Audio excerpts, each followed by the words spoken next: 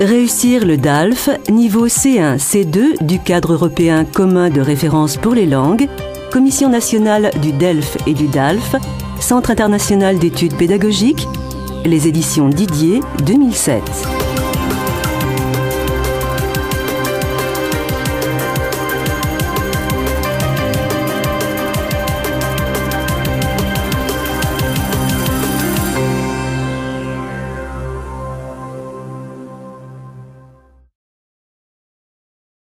Pour vous entraîner.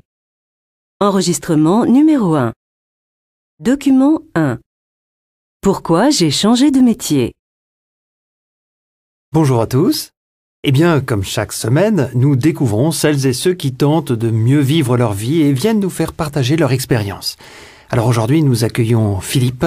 Philippe, 41 ans, qui a changé sa vie en changeant de métier. Philippe, bonjour.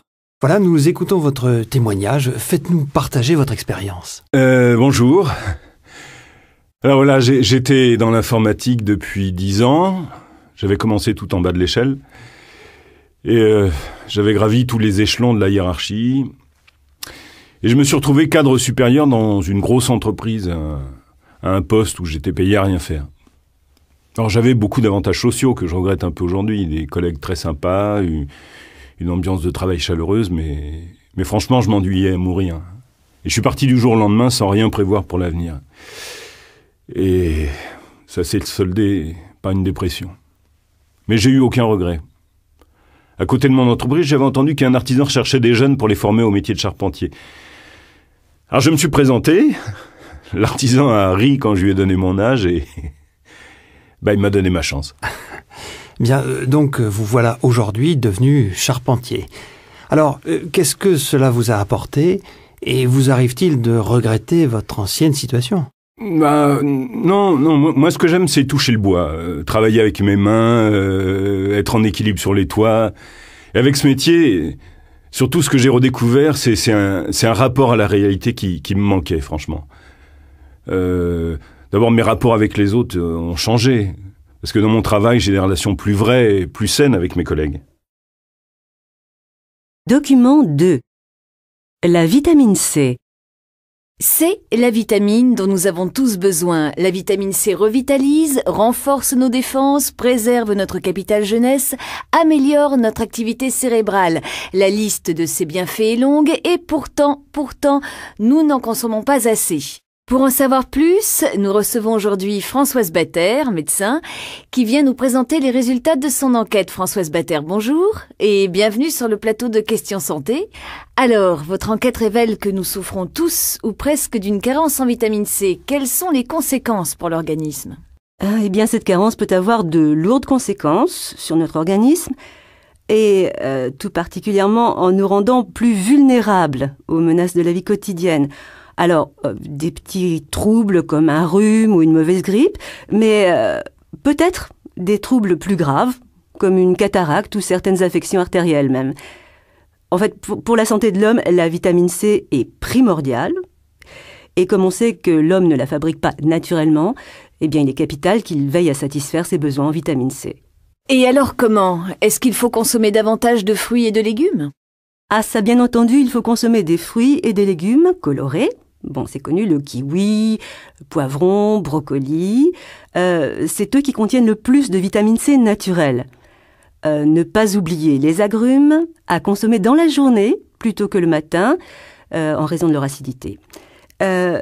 Malheureusement, même en consommant une dizaine de fruits et de légumes par jour, l'apport en vitamine C ne sera pas comblé totalement. Impossible donc d'échapper aux compléments alimentaires pour atteindre les 500 mg de vitamine C à consommer obligatoirement par jour. Document 3. Le Sahara n'est pas le désert uniforme de notre imaginaire. CNRS Éditions nous le révèle avec plusieurs livres. Flore et végétation du Sahara nous fait découvrir un millier d'espèces. Ville du Sahara nous décrit un désert contemporain, principalement urbain, avec même une agglomération de 150 000 habitants.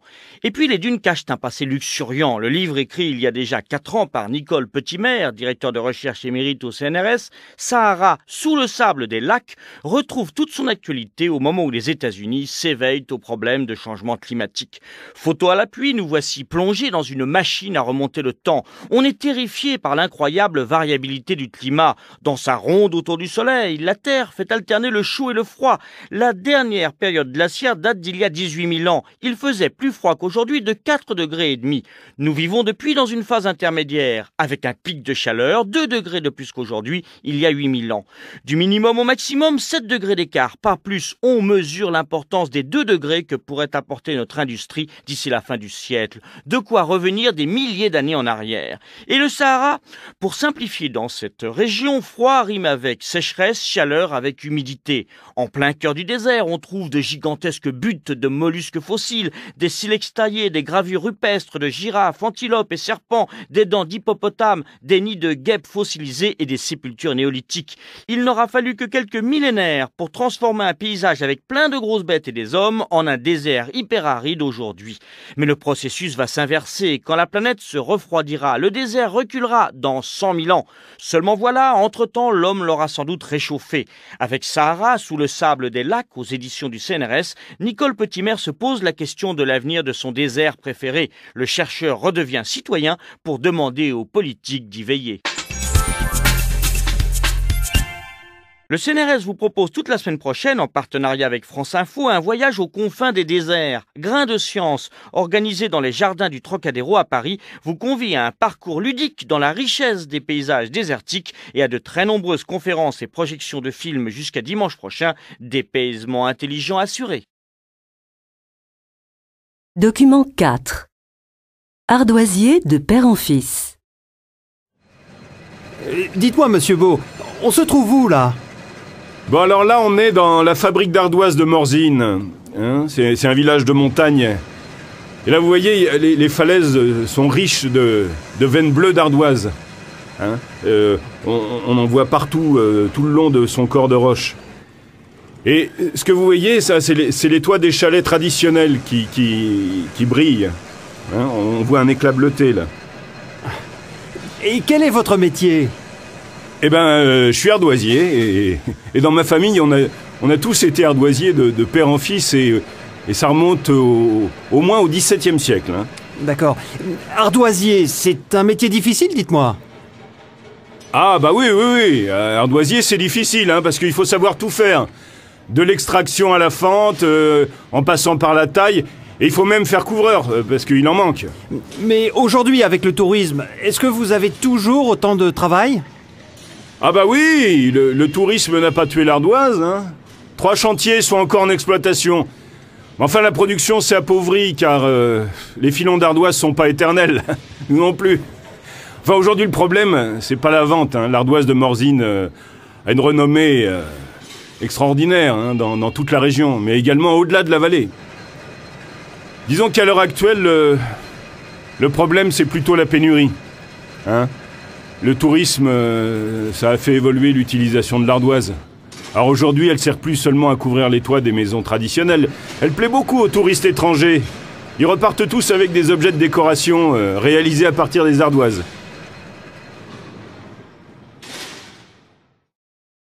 Document 5. Station en manque de neige. Tombera pas. Chaque année, des milliers de vacanciers scrutent le ciel pour répondre à cette question et s'assurer ou pas de pouvoir dévaler les pistes recouvertes d'or blanc. Dans les stations de ski, c'est l'affaire des spécialistes de la neige qui sont garants du bon enneigement des pistes. Fini l'attente inquiète des premiers flocons, les professionnels prennent les choses en main. Un défi à la nature et un savoir-faire devenu indispensable au développement économique des stations. Des professionnels qui ont une mission, gérer la neige, denrée rare, fragile et délicate. Difficile aujourd'hui pour une station de ski de faire l'impasse sur la production de neige de culture. Il ne s'agit bien évidemment pas d'enneiger toutes les pistes de la station, mais de pourvoir les axes les plus fréquentés le plus longtemps possible, car la vie de la station en dépend. Sans neige, pas de skieurs, sans skieurs, pas de fréquentation dans les hôtels et restaurants, et par conséquent, un avenir sombre pour les stations de ski. Aujourd'hui, l'extension du domaine skiable français et l'enjeu économique des sports d'hiver exigent donc une organisation solide et passe par une gestion stratégique de la neige. Enregistrement numéro 2. pour ou contre la vaccination. Extrait 1. Mesdames, Messieurs, bonjour. Qu'il s'agisse du vaccin contre les maladies infantiles ou de celui contre la grippe, la vaccination a toujours divisé. Nous recevons aujourd'hui Françoise Friat, présidente de l'Association des victimes du vaccin de l'hépatite B, et le professeur André Gutiérrez, chef du service des maladies infectieuses à l'hôpital Arnaud de Villeneuve de Montpellier. Alors, que pensez-vous de la vaccination? Extrait 2. Notre association exige que chaque citoyen français puisse choisir ou non de se faire vacciner. Alors au départ, nous agissions pour plus de transparence, plus d'informations à l'égard de la vaccination, car nous pensons que les personnes doivent connaître les risques liés aux vaccinations. Et en plus de cela, depuis quelques années, nous militons également pour la liberté de se faire ou non vacciner. Et je tiens à indiquer d'ailleurs à ce propos que la France est le seul pays de l'Union européenne à avoir une législation si contraignante en matière de vaccination. Ah, tout à fait.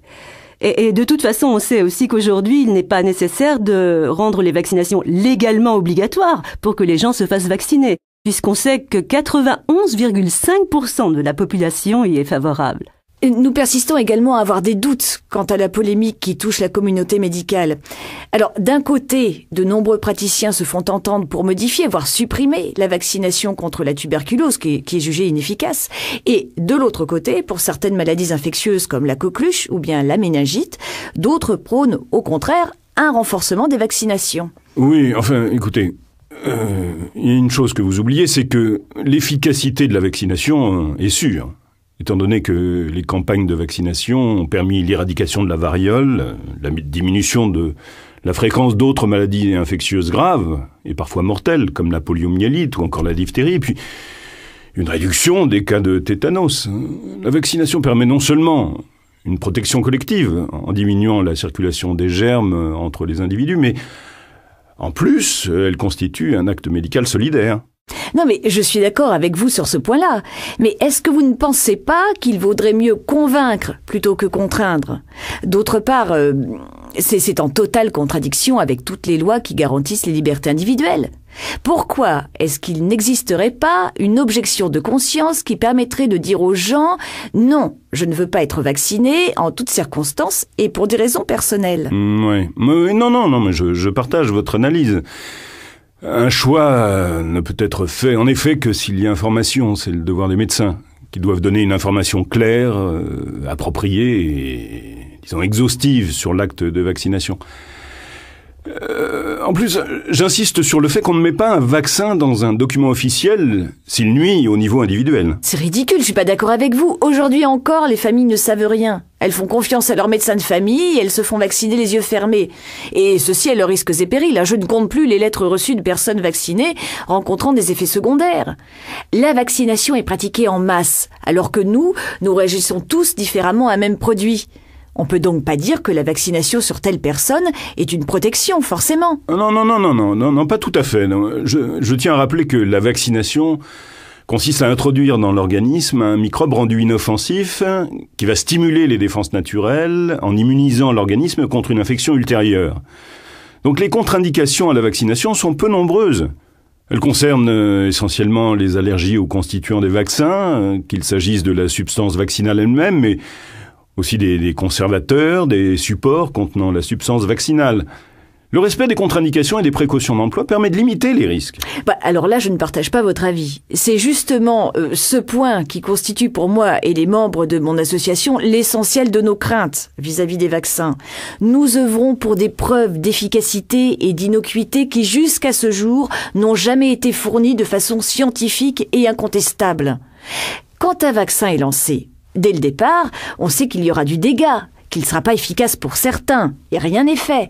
La preuve en est faite avec la vaccination de masse contre l'hépatite B, qui a entraîné une recrudescence de maladies neurologiques, comme la sclérose en plaques, la myopathie, les névralgies.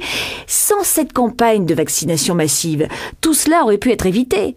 Oui, certes. Enfin, je vous rappelle quand même qu'à l'heure actuelle, aucune étude scientifique n'a mis en évidence de lien de causalité entre ce vaccin et la survenue de telles affections neurologiques. Bon, il est vrai que des effets secondaires fréquents, mais modérés, peuvent apparaître chez l'adulte. Mais en revanche, chez l'enfant, ils peuvent être plus importants. Alors, le vaccin peut entraîner une inflammation bénigne au point d'injection et, selon les vaccins, une petite réaction fébrile dans les 48 heures qui suivent, simulant parfois les maladies pour lesquelles ils ont été conçus. Enfin, les risques liés à l'utilisation des vaccins restent malgré tout minimes au regard de la protection qu'ils assurent. Je suis toujours perplexe quant aux risques liés à l'utilisation des vaccins. Professeur, vous nous dites que les risques sont minimes, et pourtant on constate que les adultes qui attrapent des maladies bénignes chez les enfants peuvent courir un risque grave. Je pense entre autres aux oreillons, à la rubéole. La durée d'effet du vaccin est-elle si limitée dans le temps ? Est-ce qu'elle sert vraiment à quelque chose ? Non, attention, parce que là, il semblerait que votre exemple ne soit pas lié à la qualité du vaccin, mais plutôt à la mise en œuvre de la politique sanitaire en matière de prévention. Aujourd'hui, la couverture vaccinale stagne autour de 85% chez les nourrissons, ce qui est insuffisant, et induit même des effets secondaires préoccupants du point de vue épidémiologique. Dans la mesure où il y a beaucoup moins de cas qu'auparavant, une personne qui n'a pas été protégée va grandir pendant longtemps avant d'en rencontrer un. Alors, ces maladies sont plus graves lorsqu'on les attrape plus tard. Autrement dit, ne pas faire vacciner son enfant revient donc à lui faire courir un risque médical individuel. Je pense que le maintien de la vaccination est donc indispensable. Enregistrement numéro 3. Les conditions de travail. Que désigne-t-on sous le terme de conditions de travail ? Alors c'est un concept, c'est une notion qui englobe l'ensemble des caractéristiques de la qualité de la vie professionnelle. Et les bonnes conditions de travail ne sont pas seulement celles qui ne provoquent pas directement des troubles. Souvent, un individu va prendre conscience de ses conditions de travail quand elles se détériorent. Nous observons depuis une dizaine d'années environ l'évolution de cette notion de conditions de travail. Autrefois, c'est vrai que certains accidents étaient considérés comme, je dirais, dans la juste lignée des choses. Je pense par exemple aux accidents mortels chez les professionnels du bâtiment. Aujourd'hui, chuter d'un toit ou d'un échafaudage, c'est vraiment inadmissible. Et grâce aux études menées sur les conditions de travail, celles-ci ont pu être vraiment améliorées. Et on voit depuis une vingtaine d'années, c'est vrai, le nombre d'accidents diminuer. Et en quoi consistent les études menées par la Direction du travail et de la prospective ? Tout d'abord, l'amélioration des conditions de travail passe forcément par des études du terrain et puis surtout une meilleure connaissance des gestes professionnels. Effectivement, plus nous connaissons les habitudes des professionnels, plus nous pouvons les aider et améliorer leurs conditions de travail. Alors ensuite, nous combinons les résultats de nos recherches avec les apports de nombreuses disciplines scientifiques. Alors ça va de l'épidémiologie à la physiologie, la psychologie du travail, l'ergonomie aussi. Mais attention, l'évolution des techniques n'entraîne pas forcément une amélioration de la qualité de vie au travail. La réalité, c'est quand même quelque chose de plus complexe. Depuis les années 80, on assiste en fait à une intensification du travail et donc à l'apparition, je dirais, de nouvelles contraintes de rentabilité, à la fois chez les cadres et chez les employés. Et ça concerne en particulier le respect des normes et des délais beaucoup plus stricts. Par ailleurs, les ouvriers, les techniciens, eux, ils ont dû s'adapter pour répondre de plus en plus aux urgences et aux fluctuations de la demande. Enregistrement numéro 4. L'hyperacousie. Le 18 juin prochain aura lieu la Journée nationale de l'audition à Marseille. Au cours de cette manifestation, de nombreuses associations tenteront de sensibiliser et de prévenir le grand public des risques encourus par le niveau sonore de certains concerts, spectacles, salles de cinéma ou dans certaines discothèques. Les membres de l'association de sensibilisation à l'hyperacousie, ASH, seront présents le 18 juin pour alerter les jeunes sur les conséquences d'une surcharge de décibels et sur une maladie bien mal connue qui touche de plus en plus de jeunes, l'hyperacousie. Cette hypersensibilité aux bruits les plus ordinaires a des conséquences désastreuses pour l'individu qui en souffre. Des sifflements ou bourdonnements d'oreilles intempestifs, appelés acouphènes, ou plus grave, une surdité. En outre, les symptômes de l'hyperacousie indécelables et mal connus ne donnent droit à aucune prise en charge par les organismes sociaux. Et pourtant, l'hyperacousie est évitable. C'est pour cela que les membres de l'ASH, pour certains victimes, ont décidé de faire la chasse aux décibels en créant l'ASH. La nocivité du bruit dépend à la fois de l'intensité du son et de sa durée. 2 heures passées dans une salle de concert à 100 décibels présentent le même danger que 10 minutes de marteau-piqueur à 110 décibels. À ce niveau sonore, les cellules ciliées de l'oreille se froissent. L'oreille siffle, semble cotonneuse et ne récupérera toutes ses facultés qu'au bout de quelques heures. Si l'oreille est confrontée trop souvent à ce genre d'exposition, l'audition se détériore. Une exposition longue et répétée à 90 décibels, comme dans un orchestre symphonique, peut par conséquent entraîner de graves dommages, allant parfois jusqu'à une surdité irréversible. La surdité, par son coût, vient aujourd'hui en tête des maladies professionnelles. On estime que 2 millions de personnes sont exposées dans leur profession à des niveaux de bruit dangereux pour l'audition. Routiers, musiciens ou ouvriers du bâtiment présentent un déficit auditif moyen de 20 décibels. Plus de 2,5 millions de Français souffrent aujourd'hui d'acouphènes. Un excès de décibels provoque aussi des effets sur le cœur et la tension artérielle, engendre des troubles du sommeil, diminue les défenses immunitaires. Une loi fixe le niveau sonore maximum des concerts à 105 décibels en moyenne. Et pourtant, cette limitation peut avoir des conséquences dangereuses pour l'oreille et l'organisme. 30 minutes d'exposition à 105 décibels peuvent provoquer un traumatisme auditif. L'association de sensibilisation à l'hyperacousie milite pour qu'une mise en garde systématique soit faite à l'entrée des lieux fréquentés par les jeunes pour les avertir des risques encourus. Enregistrement numéro 5. Counter-Strike. Ouais, et vous jouez à quoi? À Counter-Strike. Il y a une équipe de gangsters face aux forces de l'ordre, donc c'est en fait les policiers qui doivent arrêter un groupe de malfaiteurs. Le principe, c'est au début, au fur et à mesure des parties, on gagne de l'argent et quand on a de l'argent, on peut s'acheter des équipements pour contre-attaquer les assauts des malfaiteurs. Alors au final, plus on a de l'argent et plus vite on pourra mettre nos adversaires derrière les barreaux, quoi. Enregistrement numéro 6. Les jeux en réseau. Bienvenue dans l'univers des hardcore gamers, autrement dit les accros du jeu vidéo en réseau. Jeux d'action, jeux de stratégie, jeux de rôle, ce sont les principaux thèmes sur lesquels ces joueurs s'affrontent. En France, le nombre de connexions aux plateformes sur Internet explose et le nombre de salles spécialisées se multiplie. Visitons donc le Linko, l'une des 300 salles françaises de jeux en réseau. Ce lieu est situé dans le 6e arrondissement à Paris. Et Benjamin Teller, l'un des co-gérants, a accepté d'être notre guide. Alors, on accueille ici entre 25-28 personnes. Au niveau matériel, c'est très simple. C'est à peu près 25 ordinateurs ils sont tous reliés entre eux. Ils sont connectés sur Internet. Et c'est sur ces ordinateurs que les joueurs vont jouer ensemble, que ce soit en coopératif ou les uns contre les autres. Voilà. Après, bien sûr, c'est aussi un lieu social. C'est important où ils viennent se retrouver pour jouer ensemble.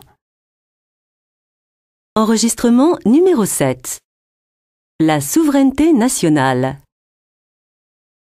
Les premiers accords entre les pays européens de l'Ouest ont ouvert une brèche dans la citadelle de la souveraineté nationale qui barrait la route à l'unité de l'Europe. Depuis 1000 ans, la souveraineté nationale s'est manifestée en Europe par le développement du nationalisme et par de vaines et sanglantes tentatives d'hégémonie d'un pays sur l'autre.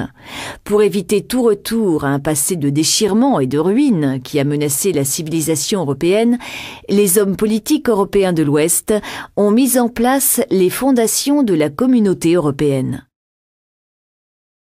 Enregistrement numéro 8. Femmes chercheurs. Les femmes font-elles de meilleurs chercheurs? Aujourd'hui encore, dans les pays où les femmes ont la chance de poursuivre une carrière scientifique, elles restent nettement moins nombreuses que les hommes dans les laboratoires et voient trop souvent leur avancement retardé pour des raisons plus ou moins avouées.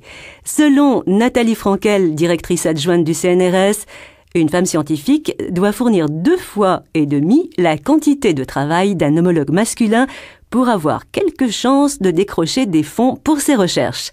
On doute encore de la créativité des femmes, de leur autorité et même de leur combativité. Pourtant, selon une étude menée par l'Institut Sophrès, les femmes ont développé de solides capacités d'organisation, font d'excellentes responsables, sont plus concrètes et plus orientées vers l'action. Et pourtant, elles doivent toujours, plus que les hommes, faire leurs preuves dans leur travail. Enregistrement numéro 9. Des semelles adaptées.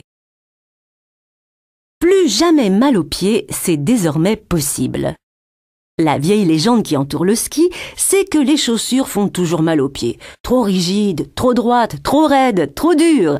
Depuis peu, ce n'est plus qu'une vieille histoire. Un fabricant suédois vient de mettre au point une technique révolutionnaire qui vous permettra de retrouver chaussures à votre pied, enfin. Ce nouveau procédé s'appelle Skilite. Vous le trouverez chez tous les spécialistes de sport de glisse qui sont désormais équipés pour prendre vos pieds en main et vous bâtir du sur-mesure. Les revendeurs agréés Skilite sont capables de faire de vos chaussures des premières classes. Comment ? Tout simplement en déposant dans le fond de vos propres chaussures des semelles spéciales thermoformées à la forme de vos pieds. Tout est équipable, vos vieilles chaussures ou celles que vous venez d'acheter. Le vendeur diagnostiquera le problème, prescrira la semelle adéquate, puis équipera vos chaussures avec les semelles magiques réalisées sur place immédiatement.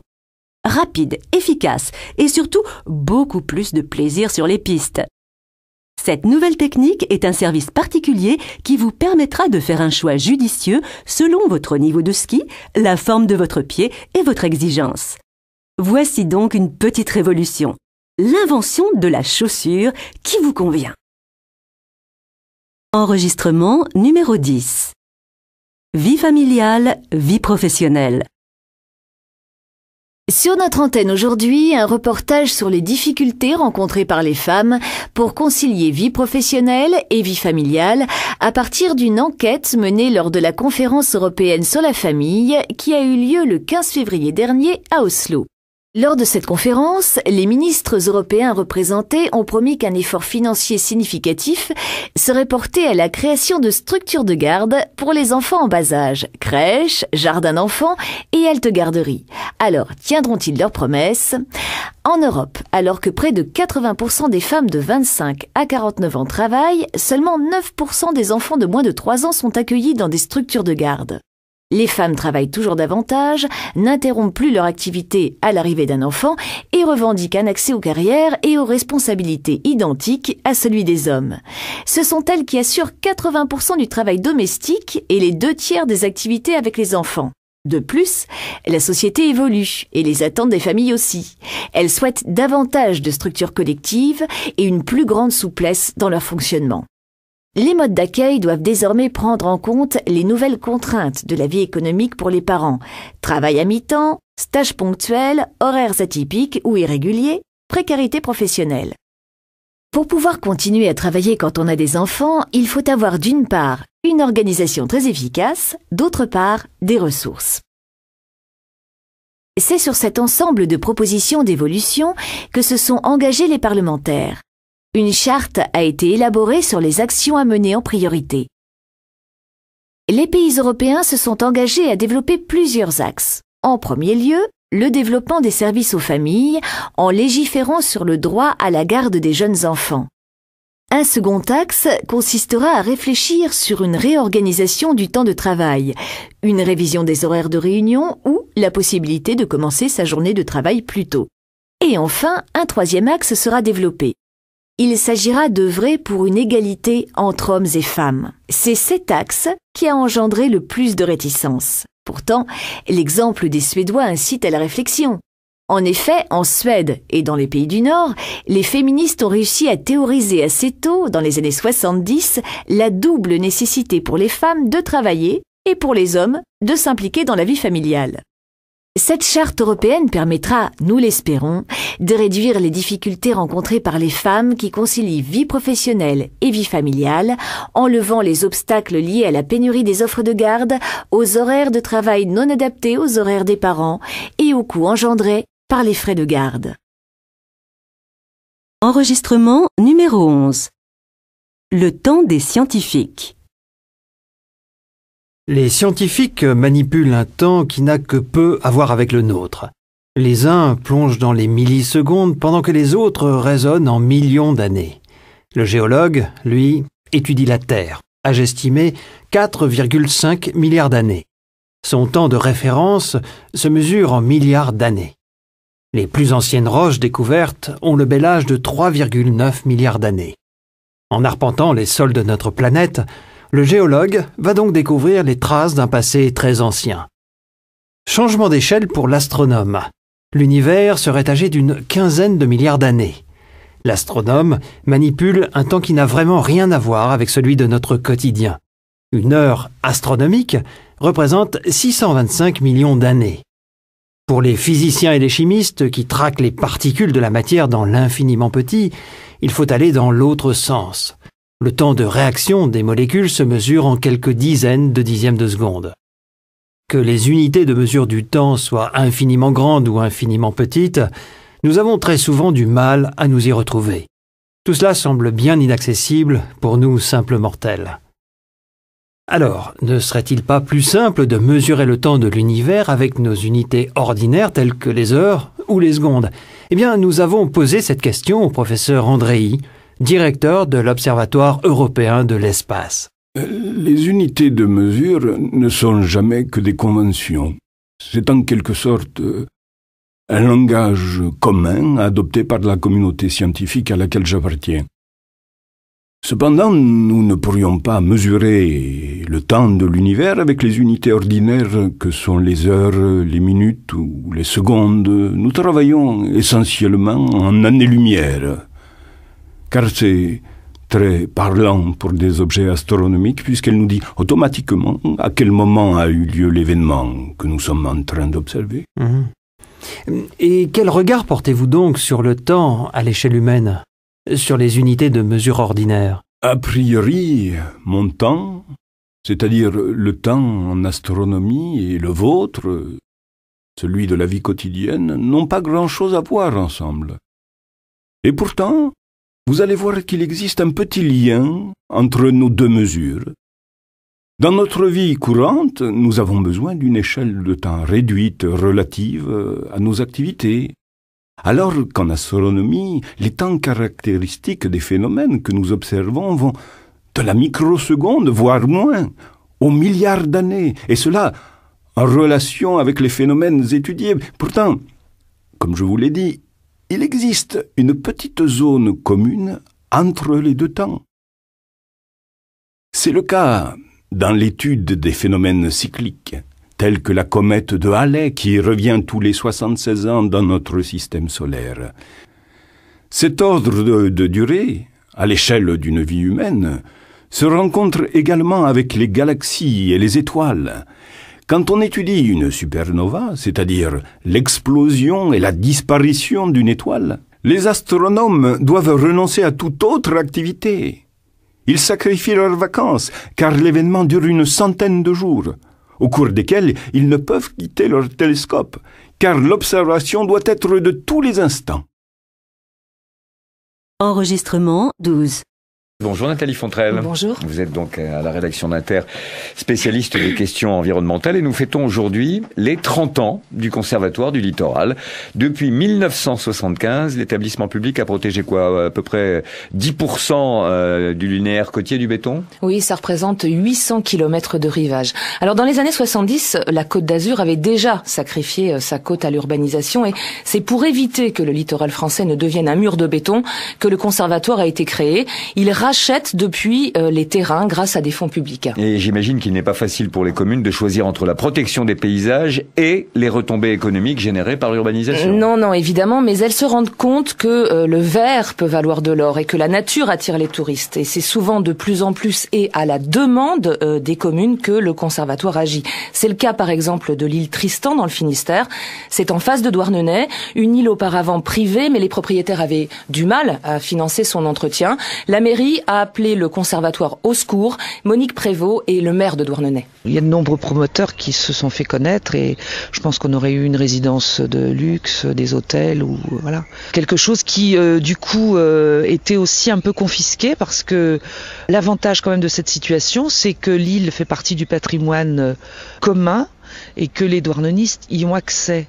Ils ont été très surpris les premières fois qu'on a fait des portes ouvertes parce que très peu de douarnenistes étaient venus sur l'île.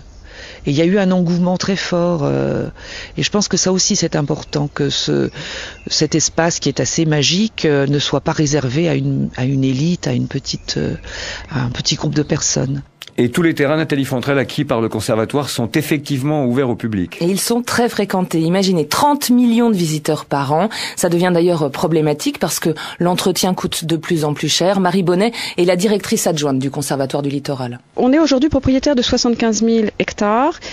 On ambitionne d'avoir atteint plus de 200 000 hectares en 2050 et on a des travaux d'aménagement et de réhabilitation extrêmement importants sur ces terrains. Et ça relève de la responsabilité du conservatoire. Et bien évidemment, plus les surfaces détenues, plus le patrimoine du conservatoire s'étend, plus ces travaux d'aménagement coûtent et mobilisent notre budget. Aujourd'hui, sur un budget d'acquisition d'à peu près 18 millions d'euros, on en a 7 qui sont consacrés aux travaux d'aménagement. Mais justement, n'est-il pas dommage d'aménager des espaces sauvages ? Oui, sans doute, mais sinon le vert devient victime de son succès. Il faut donc recourir au génie écologique, comme il existe le génie civil. Il y a un exemple célèbre, c'est la Pointe du Raz.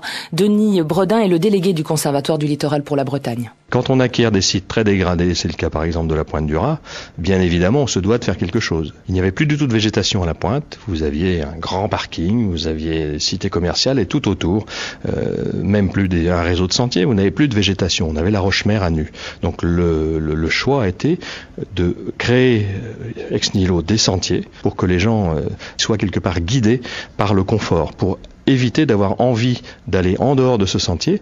Un phénomène très simple, c'est quand vous êtes sur un sentier avec des flaques d'eau, vous évitez la flaque d'eau. Si votre sentier n'est pas bien drainé, petit à petit, vous n'avez pas un sentier d'1,50 m de large, mais 3 mètres, 4 mètres et ainsi de suite. Donc tout ça, ça fait partie du savoir-faire qu'il a fallu acquérir, comment traiter les passages d'eau pour avoir des sentiers qui soient confortables et qui évite que les gens n'aient la nécessité d'en sortir. Bien évidemment, il y a une certaine artificialisation. Mais le constat, c'est qu'actuellement, depuis 10-15 ans, avec une fréquentation qui a augmenté sur le littoral 2, 3, 4, voire 5 fois dans certains secteurs, en termes de nombre de personnes, vous avez des sites en meilleur état qui accueillent plus de personnes. Et comment le conservatoire finance-t-il la protection du littoral et l'accueil du public ? Un budget est voté tous les ans par le Parlement, un budget qui n'est pas toujours d'ailleurs à la hauteur des enjeux. Les dons, vous pouvez donner de l'argent, vous pouvez léguer des sites. Les entreprises privées, 9 fondations, Total, EDF ou encore la Banque Populaire aident le conservatoire. Et puis ça c'est nouveau, la vente de produits partage. C'est le cas cette année avec la société Armor Luxe qui va commercialiser un t-shirt estampillé Conservatoire du Littoral et qui versera 1 € par t-shirt vendu, une somme destinée à financer l'aménagement de l'île Tristan dont on parlait tout à l'heure. Et c'est tout ça qu'on appelle le mécénat écologique. Oui, alors la question c'est de savoir quel est l'intérêt, évidemment pour l'entreprise. Réponse du PDG d'Armor Luxe, Jean-Guy Le Floch. Notre intérêt est bien sûr avant tout commercial, mais au second degré il est quelque part aussi éthique. On milite dans l'entreprise depuis 60 ans pour faire vivre des gens ici en Bretagne et avec le conservatoire on a trouvé un vecteur de communication qui nous permet de vendre, j'espère, plus demain qu'aujourd'hui. Parce que vos produits sont plus chers ? Alors, nos produits sont fabriqués essentiellement en France, donc ils sont forcément plus chers que les produits chinois. Mais le consommateur a besoin quelque part aussi d'afficher son credo, ses croyances. Et le fait d'afficher un t-shirt fabriqué à Quimper avec en plus le logo du Conservatoire du Littoral, c'est bon, il aime bien, il achète et voilà, tout le monde s'y retrouve. L'entreprise, la marque et le conservatoire. Et si vous avez envie de visiter sur le papier avant d'aller sur le terrain, un très beau livre vient de paraître. Le Conservatoire publie cet ouvrage qui a pour titre aux éditions Gallimard, qui a pour titre Le Tiers sauvage, livre publié pour fêter ses 30 ans. C'est un livre qui est préfacé par Éric Orsena, signé de Éric Fotorino, avec des photographies Nathalie Fontrelle qui sont magnifiques. Elles sont magnifiques et les textes sont très beaux aussi. Enregistrement numéro 13. Virus, variole, vaccin. Depuis qu'aux États-Unis, une série d'attaques au bacille du charbon a défrayé la chronique, la peur des armes chimiques et bactériologiques s'est installée. L'anthrax, on en a beaucoup entendu parler, cette maladie du charbon provoquée par Bacillus anthracis doit son nom à l'aspect noirâtre des lésions et des croûtes qui apparaissent sur la peau. Ce qui effraie dans l'anthrax, c'est qu'au bout d'une quinzaine de jours, la maladie évolue vers une véritable détresse respiratoire qui entraîne le plus souvent la mort. Les armes chimiques. On le sait aujourd'hui, un petit groupe de personnes, voire un homme seul, ayant les connaissances nécessaires, peut fabriquer des armes chimiques, gaz moutarde, cyclone B ou gaz sarin. S'agissant des armes biologiques, les plus à craindre sont l'anthrax, dont on vient de parler, le virus Ebola, le bacille de la peste pulmonaire et le virus de la variole. Alors il faut bien savoir que le caractère particulièrement contagieux de la variole en fait une arme redoutable et efficace. Selon le biophysicien Stephen Block de Stanford en Californie, je cite, « Il suffit qu'on dissémine le virus dans le système d'aération d'un vol international où l'air recyclé infecterait de très nombreux passagers pour que ceux-ci partent à leur tour infecter les personnes au sol. » Ian Simpson, bienvenue. Vous entendez tout ce qui se dit depuis quelque temps sur la variole, n'est-ce pas? On peut avec raison se demander si cette maladie est vraiment bien morte. Votre avis est bien entendu celui de l'Organisation mondiale de la santé.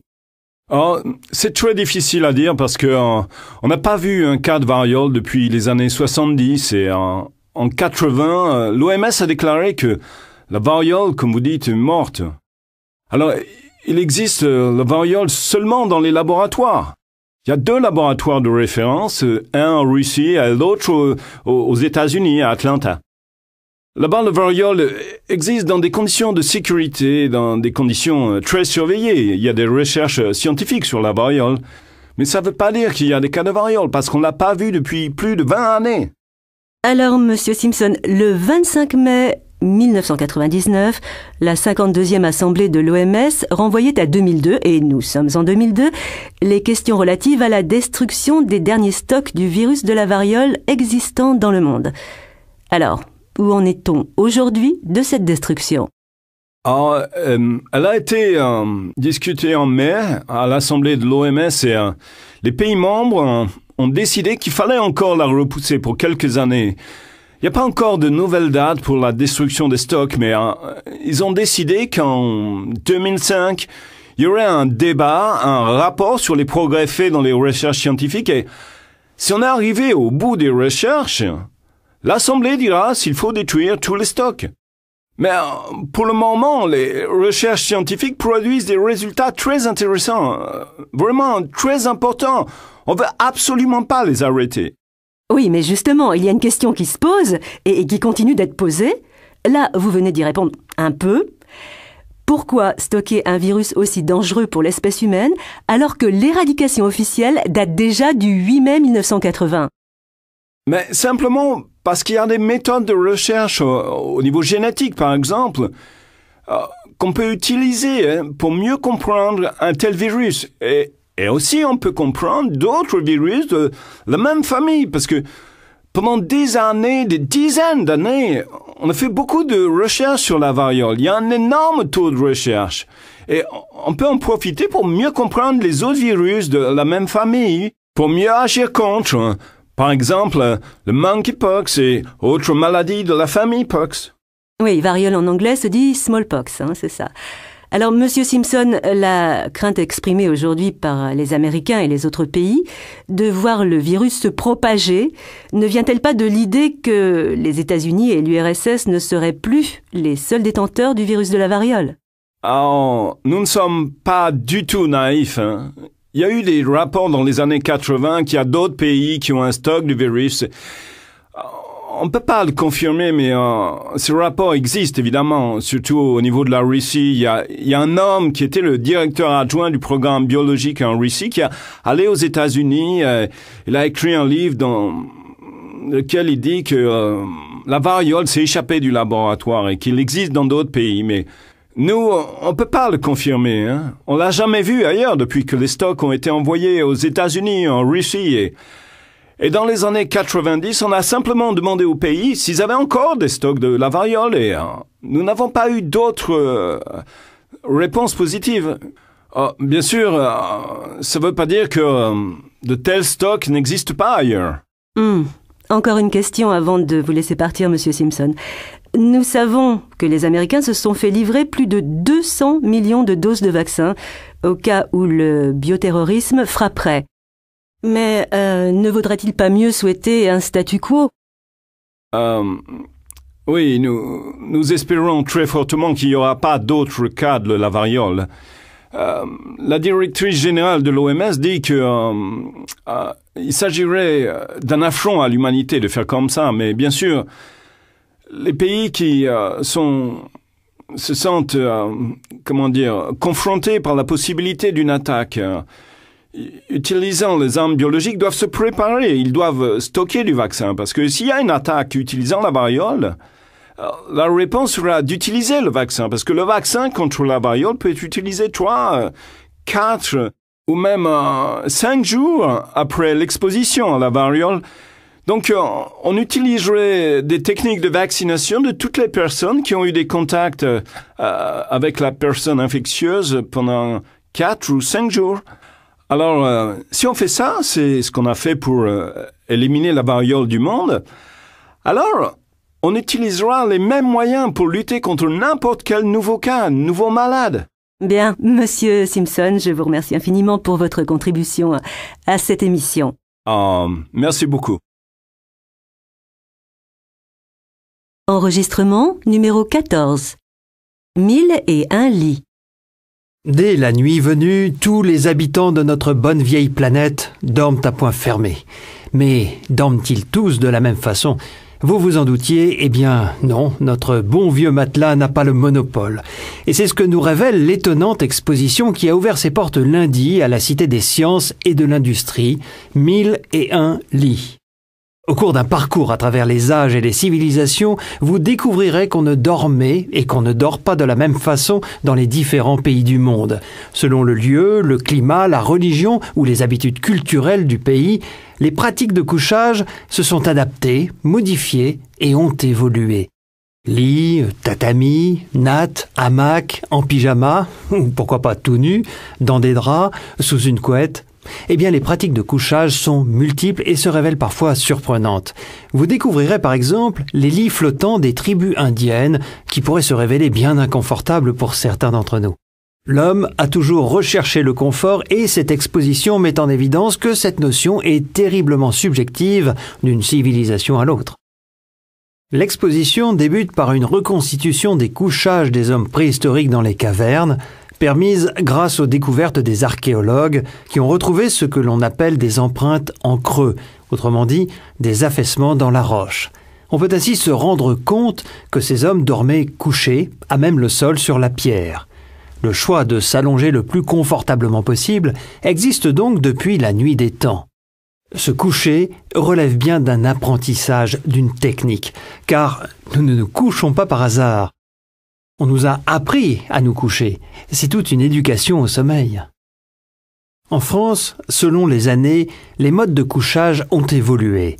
On se remémore des souvenirs quand on revoit certaines photos des années 50, où l'on dormait sur le dos, le corps étendu sous des draps bien bordés. Et puis, il y a eu cet énorme chamboulement dans les années 70, où nos manières de dormir sont devenues beaucoup plus libres. Ceci s'illustre avec des photos et des mises en scène où l'on voit des lits recouverts de couettes moelleuses. Ces dernières ont permis aux Français de dormir à la nordique, c'est-à-dire sur le ventre et souvent sans vêtements. En proposant une carte géographique des façons de dormir en Occident, l'exposition retrace l'évolution des lieux de couchage à travers les époques et les pays. Cette carte nous fait découvrir quantité de pratiques. Certains dorment dans un lit, d'autres sur un tatami, sur une natte ou suspendus dans un hamac. Certains encore utilisent un oreiller, d'autres un traversin et d'autres rien de tout cela. Multitude de pratiques liées à notre éducation, à notre culture, voire à notre religion. Selon les sociétés, les choix de couchage sont très différents, mais toutes ces pratiques ont une histoire. Nous apprenons par exemple que l'utilisation des draps par les Méditerranéens est liée à la domestication du lin qui a permis de les fabriquer. Depuis presque toujours, les familles méditerranéennes se couchent dans des chambres non chauffées, leurs lits bordés et recouverts de couvertures. Cette pratique perdure. Aujourd'hui encore, il est d'usage de ne point chauffer les chambres à coucher et d'augmenter le nombre de couvertures en fonction de la fraîcheur de la pièce. La visite se poursuit et nous découvrons une toute autre façon de procéder. Les sociétés scandinaves, nordiques ont fait quant à elles un choix complètement différent. En effet, on voit sur des estampes que le choix de couchage dans ces sociétés froides est plutôt de dormir sur des lits chauffants ou chauffés, sans vêtements, sous une couette. Chez nous, dans les pays latins, réputés pour la douceur du climat, on se couche habillé sous des draps et sous une pile de couvertures.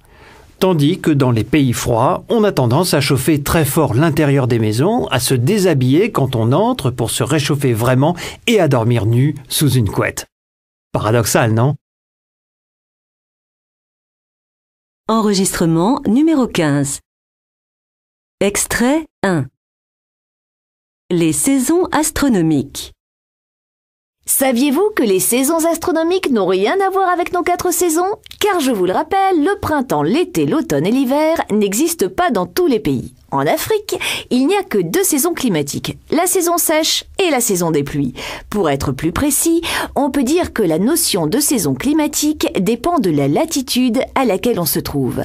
Pour ce qui concerne la saison astronomique, il s'agit d'une division de l'année en 4 parties selon les solstices et les équinoxes.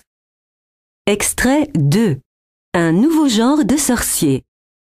Oh bah tiens, j'ai rencontré un genre de sorcier, tu vois, qui peut te faire devenir milliardaire. Faut juste lui donner 200 € un soir de pleine lune. Oui, et moi je connais un conseiller info-énergie qui m'a démontré qu'en installant une nouvelle chaudière, on pouvait économiser jusqu'à 30% de sa facture de chauffage.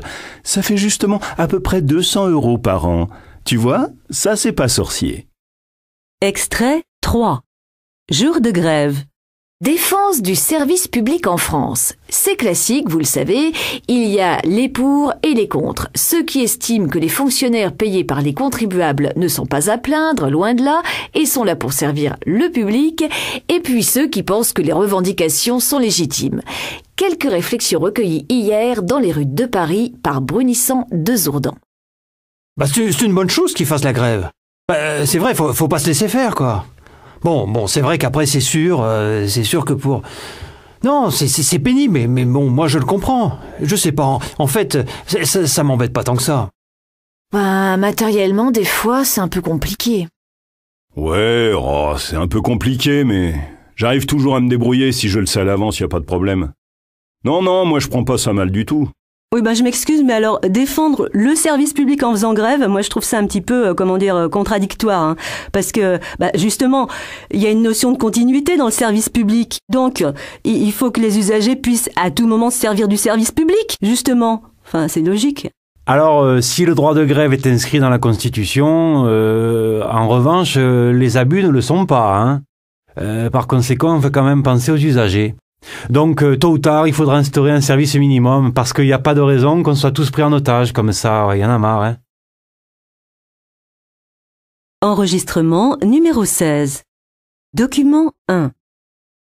Le prix Nobel de la paix a été décerné cette année à Mohamed Younous, l'inventeur du microcrédit.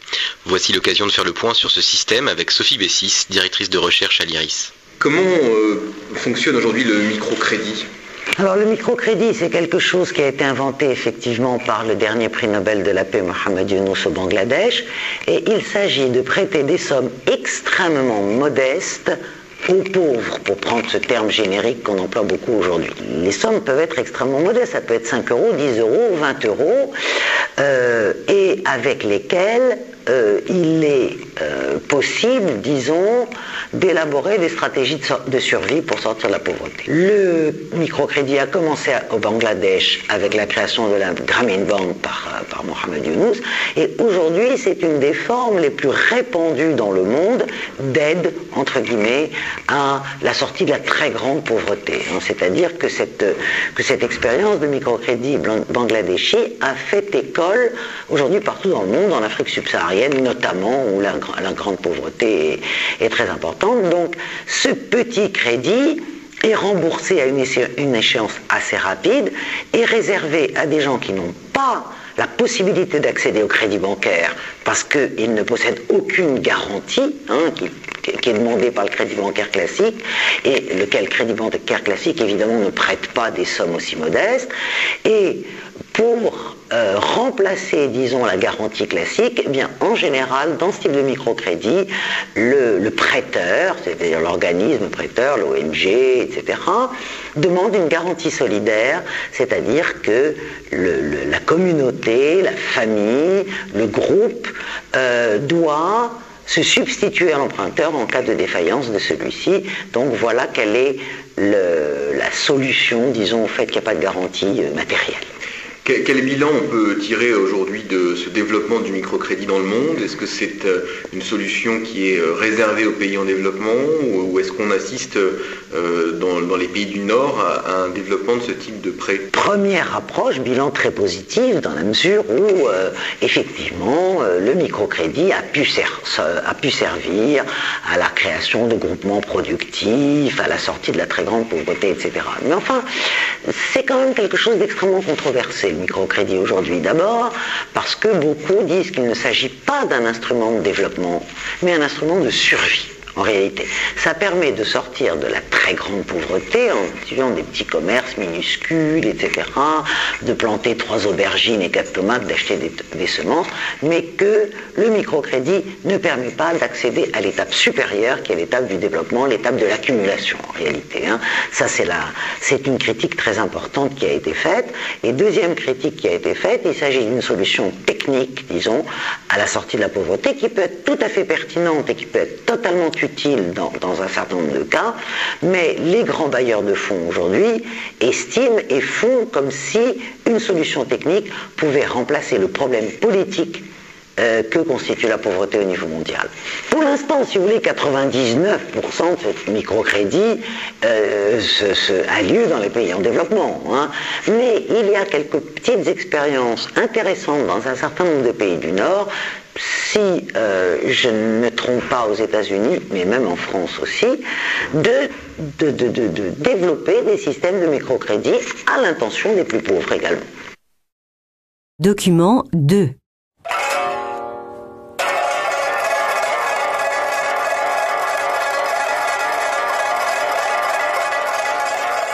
Le divan de Monsieur Ho. Histoire du premier psychanalyste chinois.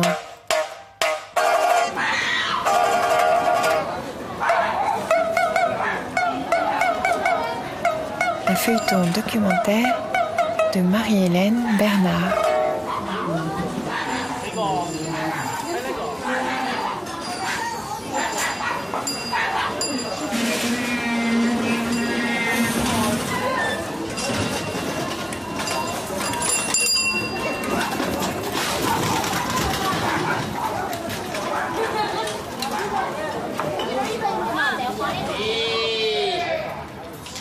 Premier épisode, où l'on retourne avec Datong Ho sur les lieux de son enfance. Document 3. En Amérique du Nord, les gens mangent beaucoup parce que les portions sont plus grosses. Ils mangent plus parce que la cuillère qu'ils utilisent est plus grande, le verre plus large, le bol plus gros, ou parce que les plats de service sont restés sur la table. Le docteur Jean-Patrice Baillargeon est endocrinologue à l'Université de Sherbrooke. La satiété, c'est pas quelque chose qui est bien fixé dans la tête des individus. Ils savent pas exactement quand est-ce s'arrêter. Donc, plus on a de la nourriture, plus ils vont manger. Une des études qui le confirme, c'est celle de Brian Wansink, chercheur au laboratoire alimentaire de l'Université Cornell, dans l'État de New York. Elle a d'ailleurs incité des compagnies alimentaires à proposer de plus petites portions, de 100 calories chacune. Mais pour combattre l'obésité et le diabète, encore faut-il bouger, et bien souvent, nos villes nous en empêchent. Avi Friedman est professeur d'urbanisme à l'université McGill. Vous allez dans tous les quartiers, nouveaux quartiers de Toronto, vous regardez qu'il y a toujours le même type de banlieue. Ça veut dire vous êtes très loin d'une place à jouer, il n'y a pas possibilité d'acheter dans une distance de marche, à aller acheter les pains et les journaux. Il reproche au zonage d'interdire les commerces dans les zones résidentielles qui pourtant favoriseraient la mobilité. Mais M. Friedman estime qu'il faudra encore une génération avant que le zonage ne le permette. Anne Quirion, Radio-Canada, Toronto. Document 4. Bienvenue pour notre rendez-vous scientifique hebdomadaire, avec cette semaine une question qui touche également à l'univers des médias. Le documentaire scientifique doit-il obligatoirement être objectif ? La science était jusqu'ici peu présente, aussi bien sur le petit que sur le grand écran. Cependant, depuis quelques années, de nombreuses chaînes accordent une place de plus en plus importante aux documentaires traitant de sujets scientifiques.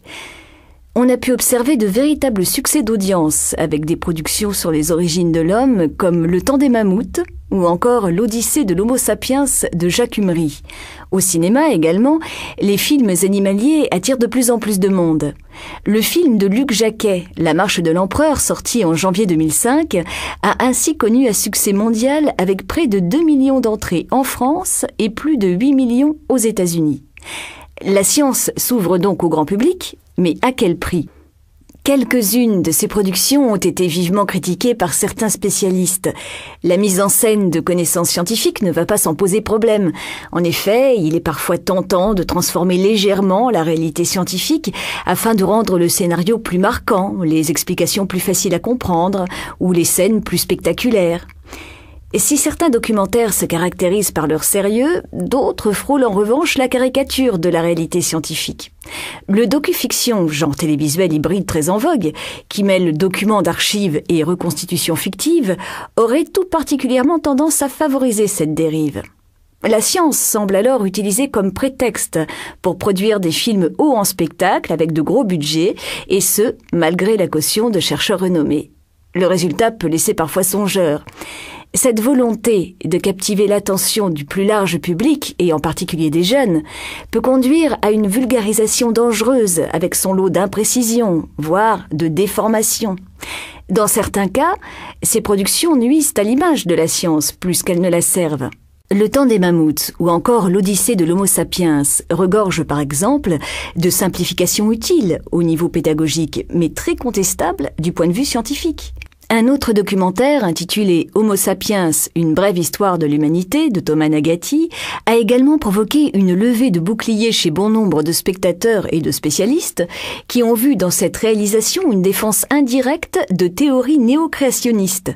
Le but premier du documentaire scientifique, traité ou non sous la forme d'un docu-fiction, est-il de vulgariser les découvertes scientifiques ou s'agit-il au contraire, pour le réalisateur, de créer une œuvre personnelle qui peut alors s'éloigner quelque peu d'une réalité scientifique, souvent complexe et contradictoire ? Comment, dans ce cas, le public de profanes à qui s'adressent ces productions peut-il faire la part entre des faits validés par la communauté scientifique et la création cinématographique ? À vouloir trop simplifier la science pour la rendre accessible, ne la déforme-t-on pas ? C'est donc de ces questions que nous allons aujourd'hui débattre dans notre émission avec nos invités Jean-Pierre Tillier, Hervé Gaillic et Thomas Nagati. Jean-Pierre Tillier est documentariste, directeur de la société de production Eurofilm et président du Festival du documentaire scientifique Paris Science, qui se déroule actuellement dans le cadre de la Fête de la Science au Jardin des Plantes au Muséum d'Histoire Naturelle de Paris. Hervé Gaillic est également parmi nous. Il est responsable des documentaires scientifiques, médicaux et historiques sur France 4. Et enfin, Thomas Nagati est documentariste, réalisateur, producteur à Science Movie et auteur d'Homo sapiens, une brève histoire de l'humanité, dont nous avons déjà parlé, mais aussi plus récemment d'un film remarqué intitulé Tchernobyl ou les oubliés de la catastrophe nucléaire. Document 5. D'accord, pas d'accord, pour, contre, on ne sait pas. D'accord, pas d'accord, la radio dans tous ses débats. Alors, sujet du jour, le MQB. MQB pour Musée du Quai Branly. Un an après son ouverture, le Quai Branly, dernier né des musées parisiens, dépassait les 1,5 million de visiteurs. Alors comment rester indifférent face à ce nouveau temple à l'architecture monumentale destiné à accueillir les arts et civilisations de peuples dont la culture n'a pas l'Occident en partage? L'un accable, l'autre défend le fruit de ce projet présidentiel. Donc avec nous aujourd'hui sur les ondes de RFC, Valérie de Sales, archéologue, bonjour, et Antoine Garcia, journaliste. Enregistrement numéro 17.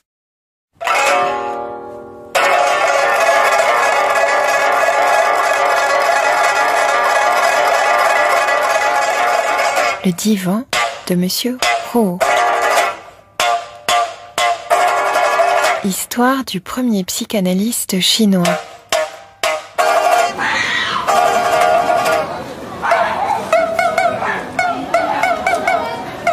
Un feuilleton documentaire de Marie-Hélène Bernard.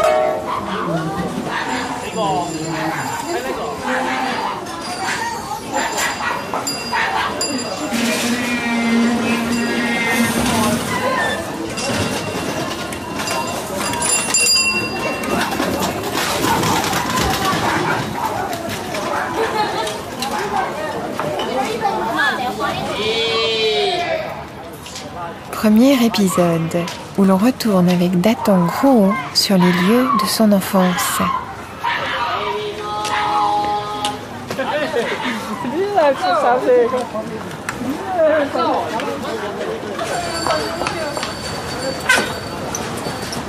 La voiture ne va pas passer. Très étroite. Simplement, c'est les questions. Qui te pousse? C'est qu'elle pousse. Oh, oui, qui passe. 行啊，对，我们原来住就住那个2楼，左边那个。嚯！啊，我觉得就是这个，就这个2楼。啊，挺低的。90年代，90年代中期，96年的94年，94年的时候。93、94年，又换了人了噻。93、94年，最早60年代我们就说这儿原来是个院子，然后院子拆了以后重新修的。人家里面都采访了。哎，他就说喊我讲下我的童年。哦，讲的童年。哎，他法国一个电台的记者。哦。谢了哈，哎。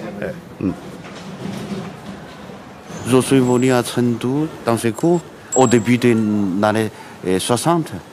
Jusqu'à que j'ai terminé mes études de l'université, c'est-à-dire jusqu'à 92.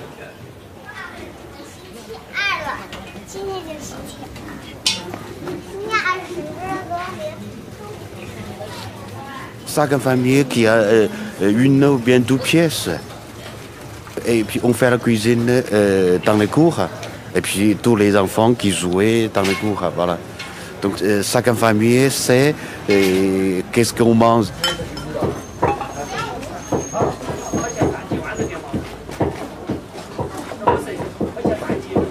Pour se laver, il y a un robinet commun.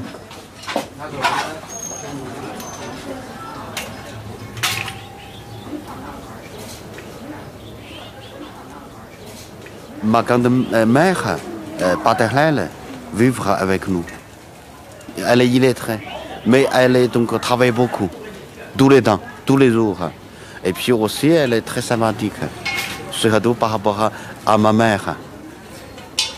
Ma mère est très, qui est relativement très sévère, oui. Oui.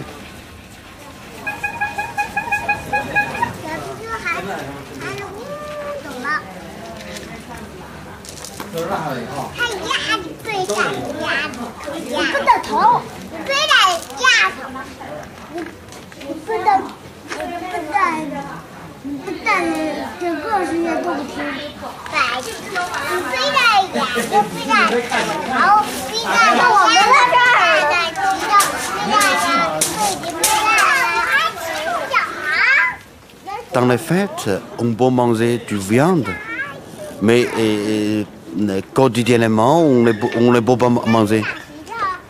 Parce qu'on n'a pas assez de viande. À cette époque, on n'a que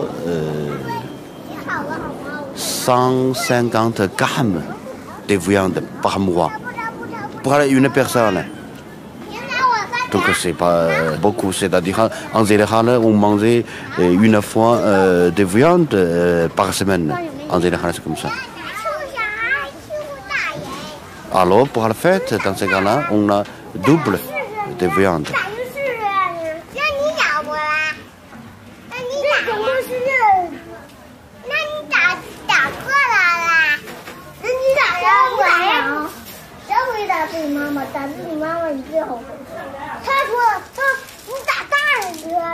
Et puis aussi, on peut avoir des nouveaux vêtements. Et aussi un petit, par exemple, gâteau. Pour les garçons, c'est une pistolet à eau.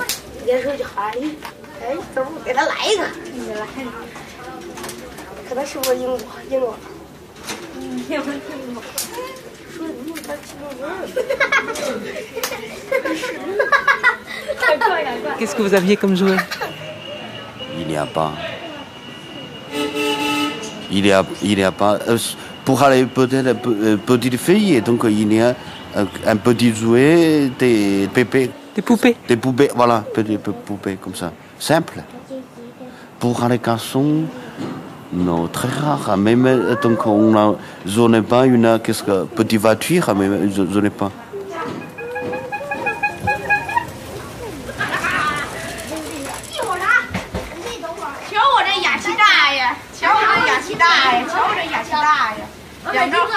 Il y a des combats entre les petits-enfants.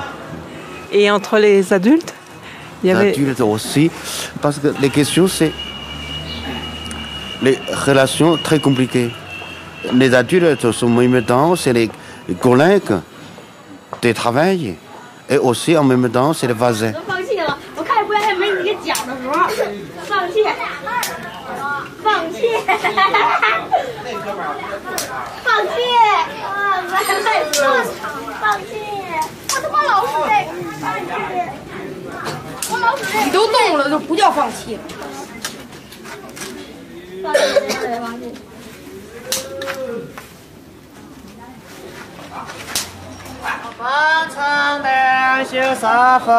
Mais voici qu'approche la révolution culturelle. Que va-t-il se passer?